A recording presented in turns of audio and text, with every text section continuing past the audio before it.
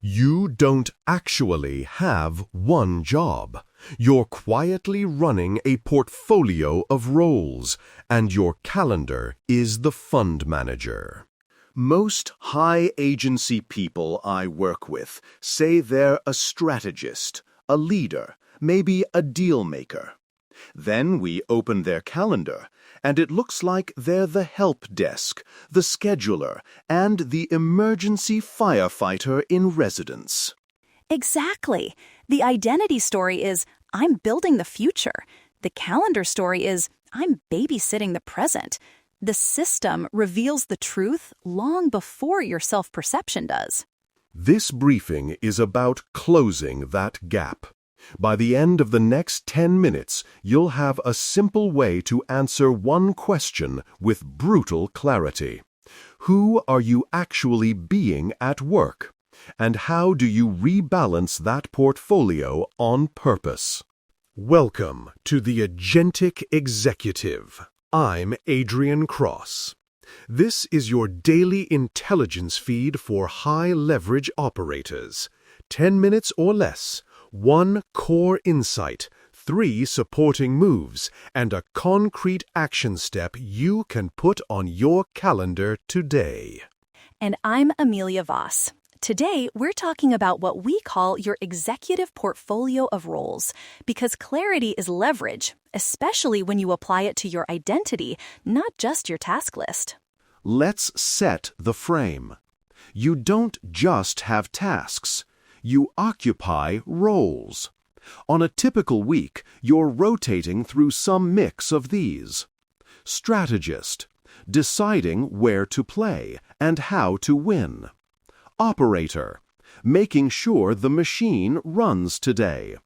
Manager or leader, aligning people, setting context, unblocking. Dealmaker, creating or closing external opportunities. Communicator, writing, presenting, persuading, clarifying. Learner, upgrading your own knowledge and judgment. Technician, hands-on execution in the craft you started from. You can tweak the labels, but the pattern holds.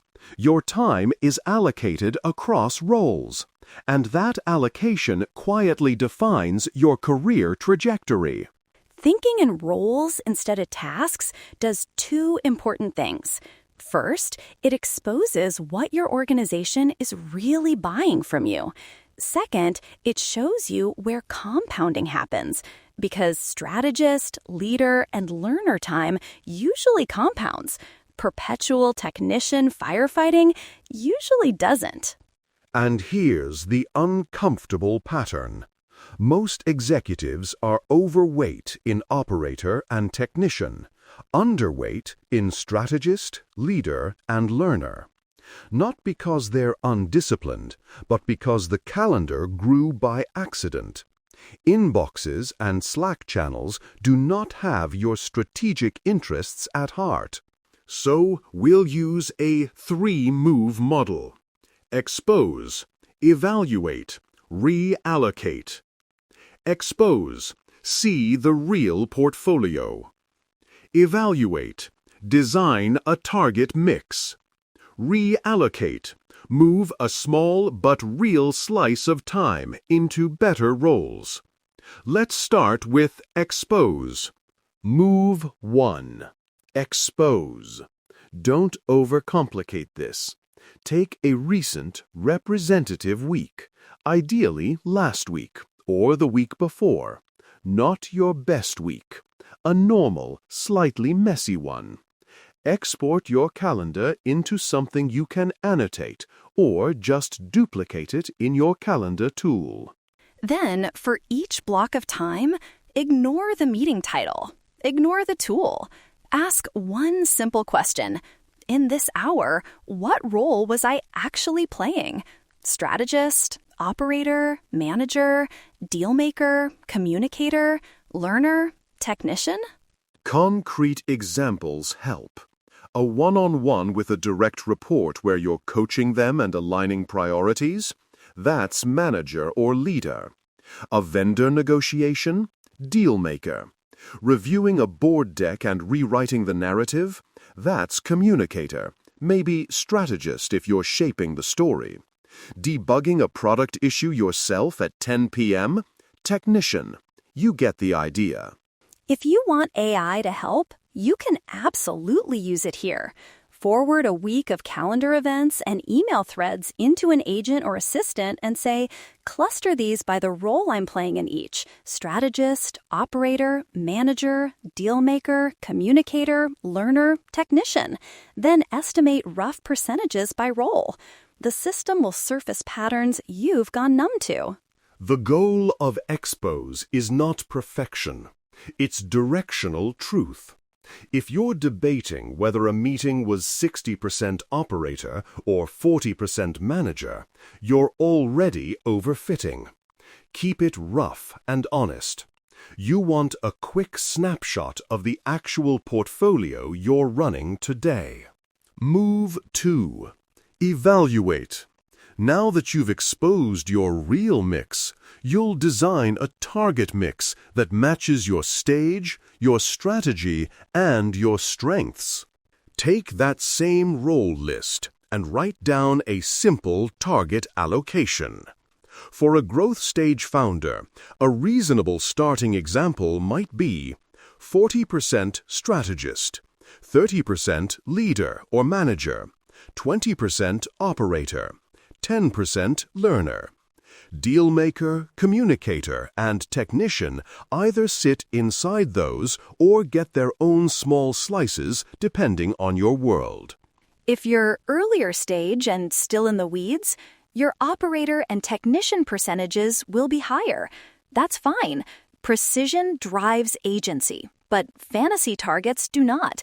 The question is, given your current constraints, what's the healthiest mix you can realistically move toward over the next quarter? Now, compare. Your actual week might look like 10% strategist, 20% leader, 50% operator, 15% communicator, 5% learner, and almost no explicit deal-making. Immediately you can see the problem. Your identity is strategic leader, but your time is senior operator plus internal comms.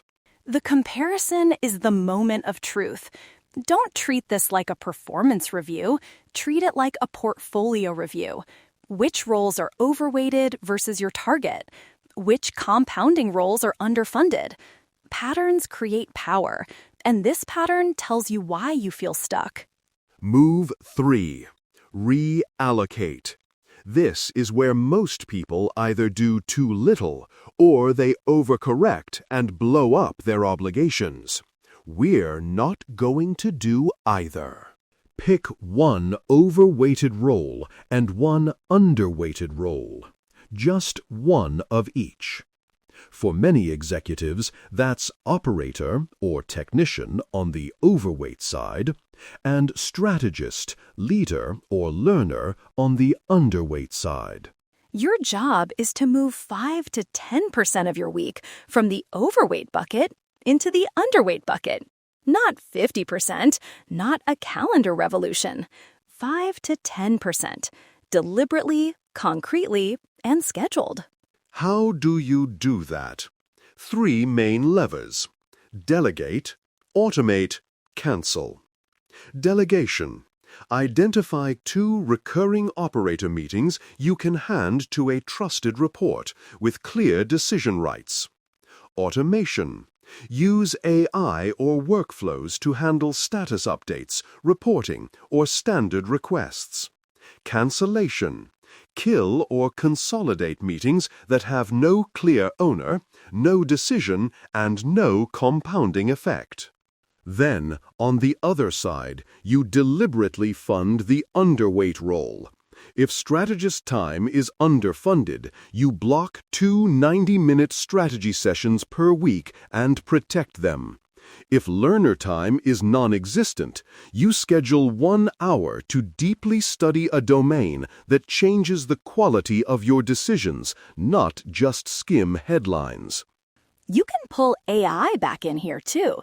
Ask your assistant or agent, given my calendar and email load, find candidate blocks for delegation or automation that free up 5% of my week. Then propose 3 options for where to place strategy or learner blocks instead. The tool does the search, you do the judgment. A few implementation details, so this doesn't become a one-time journaling exercise. First, your role map should live in one place. Literally, a one-page chart. Roles on the left, target percentages next to them, and maybe a few example activities for each. This becomes your identity dashboard. Second, revisit it on a regular cadence. Monthly works well for most executives. Open your calendar, sample a week, and ask, am I getting closer to this mix or drifting away again? Third, don't do this alone if you have leverage around you. A chief of staff, an assistant, or even a strong team lead can act as the guardian of your portfolio. Share the role chart. Ask them to flag when they see you slipping back into overweighted operator or technician modes. You can also give your AI assistant the same mandate.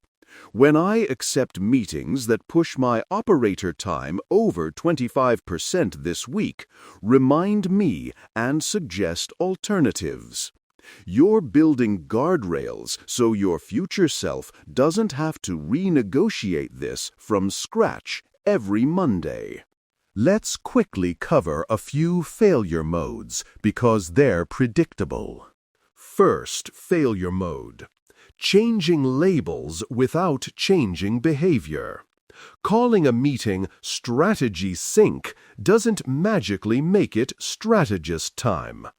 If you're still just reviewing operational metrics and reacting, you're still an operator in that hour. Be honest about what's actually happening in the room. Second, trying to rebalance the entire portfolio at once. You don't need a full identity rebrand this week. If you move 5-10% of your time every month from low compounding to high compounding roles, your portfolio looks completely different in a year. Small, consistent reallocations beat heroic, unsustainable sprints. Third, over-automating high-judgment roles. It's tempting to say, great, AI can take my strategy or people management. It can't, at least not the parts that make you valuable. Use automation to clear the noise around high-judgment roles, not to outsource the judgment itself. So, here's your action step for this week. 1. Tag next week's calendar by role. Rough tags are fine. Strategist, operator, manager, dealmaker, communicator, learner, technician. 2. Pick one overweight role and one underweight role. 3. Design one concrete reallocation move that shifts 5 to 10% of your time between them. Delegate, automate, or cancel on one side. Schedule and protect on the other. If you do just that, 1 week tagged, one small reallocation, you'll start to feel the difference between the executive your inbox assumes and the executive your strategy actually needs.